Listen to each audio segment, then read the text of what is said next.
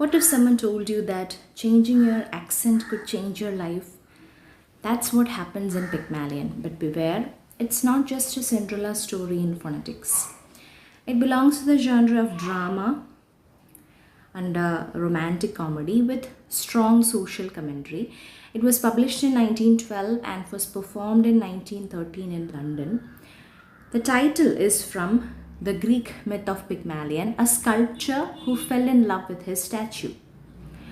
So here is the scene-wise breakdown of the play. In Act 1, you can see a rainy night at Covent Garden, and Eliza Doolittle sells flowers. Henry Higgins records a speech, and Colonel Pickering is introduced there.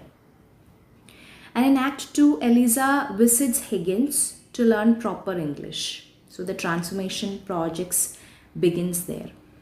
In Act 3, Eliza is introduced to high society at Mrs. Higgins' house. So there occurs a first test.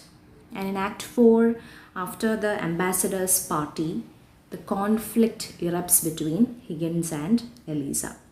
And in Act 5, Eliza asserts independence. So the ending is open. Eliza doesn't marry Higgins. So the major characters are, first of all, Eliza Doolittle. She's a poor flower girl with Cockney accent, and she undergoes transformation. And Henry Higgins is a phonetics expert, is very arrogant and witty. And Colonel Pickering is a gentleman and fellow linguist. He is very kind and respectful. And Alfred Doolittle is Eliza's father. He is a very comic relief and sharp social commentator. And Mrs. Higgins is there, who's Henry's mother, who provides wisdom and reality checks.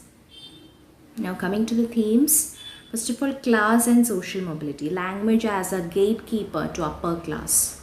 Then identity and transformation, who decides who we are. Then feminism and independence, Eliza's journey from object to subject. The language and power, speech as a tool for social acceptance.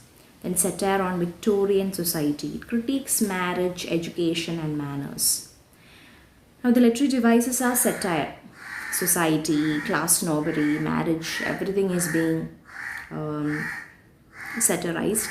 Then irony, here the irony is that Eliza becomes upper class in speech but not truly accepted. She doesn't get any identity. Now symbolism, there is a clothing, phonetics and names as identity markers. And there is this allusion, of course, to the Greek myth of Pygmalion. Now here are some famous quotes. The difference between a lady and a flower girl is not how she behaves but how she is treated, said by Eliza. I can't turn your soul on, said by Higgins. You see this creature with her curbstone English? She is to become a lady, said by Higgins. Now let's see some of the MCQs. Pygmalion was first performed in 1913. Eliza Doolittle's profession in Act 1 is flower girl. The term Pygmalion is taken from Greek myth. What does Eliza seek from Higgins? Speech lessons. So, was Eliza really transformed or just recycled in fancy packaging? Comment your thoughts below, and remember, accents may open doors but character walks through them. See you in the next class. Bye.